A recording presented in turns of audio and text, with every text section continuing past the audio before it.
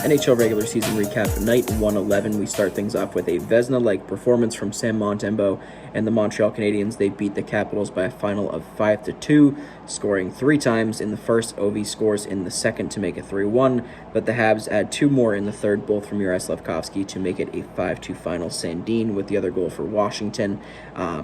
Montembeault just a much better goalie in this game. He faces 39 shots, stops 37 of them. Meanwhile, Charlie Lindgren gives up 3 on the first 9 shots in the first. And then, of course, 2 more given up by Kemper in the second and third. Just all in all, a tough game from the Caps. They outshoot the Canadiens. They probably deserve to win this one, but just kind of got goalied. It happens. It's a 5-2 final for Montreal. The Flyers taking on the Panthers in a surprisingly low-scoring game in this one. Both Sam Ersson and Anthony Stolarz with pretty solid performances. Ersson goes 20 for 21, while Stolarz goes 23 for 25. Relatively low shots for both teams here. Verhaeghe in the first, Konechny in the second, and Noah Cates in the third. Makes it a 2-1 victory for Philadelphia. Again, low scoring, pretty tight game here. Good win for the Flyers.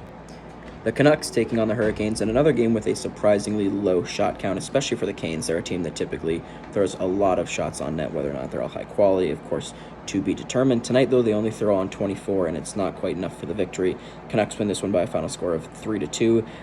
Elias Lindholm with his first 2 goals as a Canuck, paired by one from Martinook in the first, one from Aho in the second, and then JT Miller with the eventual game-winning goal in the third. Thatcher Demko, 22 of 24, a .917 save percentage, while Pyotr Kochetkov goes just 16 for 19 and .842 in the losing effort. Just frankly not quite good enough from him, despite the fact that none of the goals were really his fault. I guess you could ask for the one from Miller back, considering he goes back behind the net to play the puck and just doesn't give the best effort, but a weird bounce. It ends up bouncing behind him instead of just staying along the wall or on the stanchion. But nonetheless, not the best performance from Kochetkov, and it's a 3-2 victory from Vancouver as a result. The Devils taking on the Avalanche, and this one was a pretty back-and-forth game. Vitek Vanacek, the better of the 2 goalies, but it was against Justus Annunen, who's been in the AHL for much of this year. Vitek goes 35 for 38, while Annunen goes 26 for 30, a .921 and .867 save percentage, respectively. In the first, Rantanen and Tierney trade goals, making it 1-1. In the second, though, New Jersey extends their lead to 3-1 with goals from Jesper Bratt and Dawson Mercer.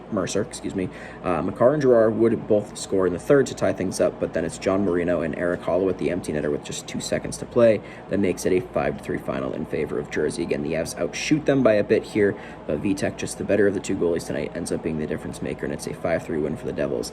A win they needed pretty badly. They're still down in 6th in the Metro, despite having kind of an on and off season, but of course this is a team with playoff expectations, and they need to rack up some wins after this All-Star break to make sure they get momentum swinging in the right direction for them to make that final playoff push.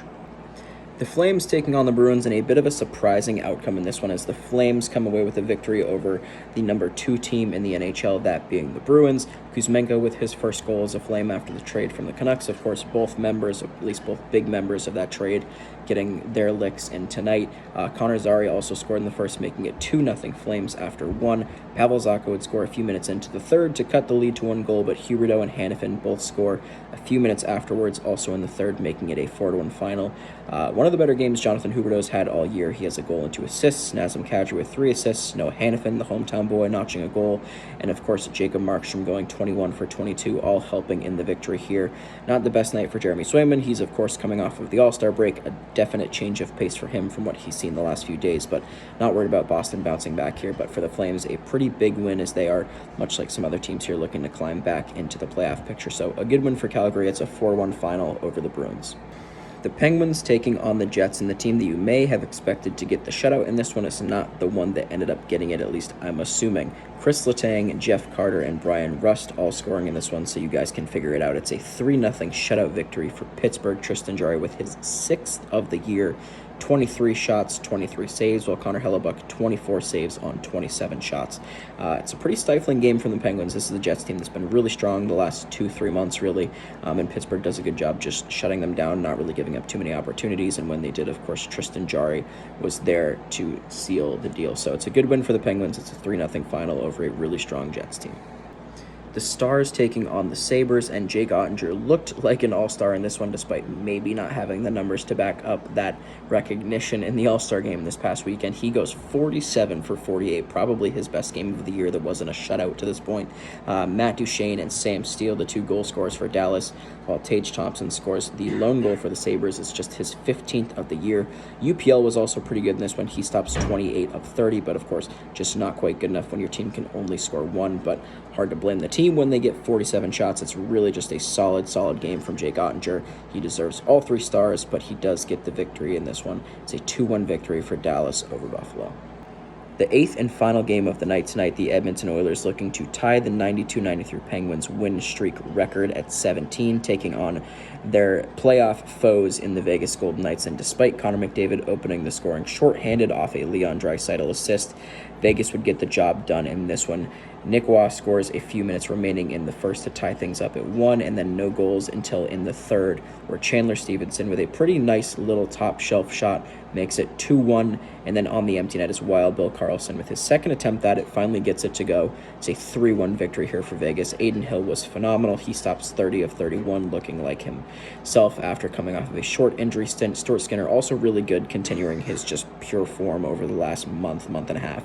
23 for 25, but much like the Buffalo game, when your team only scores once, it's pretty difficult to win, and that was exactly the case tonight for Edmonton. But with the way they've been playing lately, I'm not overly concerned about this one loss in their last 17 games. Nonetheless, that's going to be it for NHL regular season recap of night 111. Just 3 games tomorrow night, so we'll talk to you guys then. Enjoy the smaller sample size.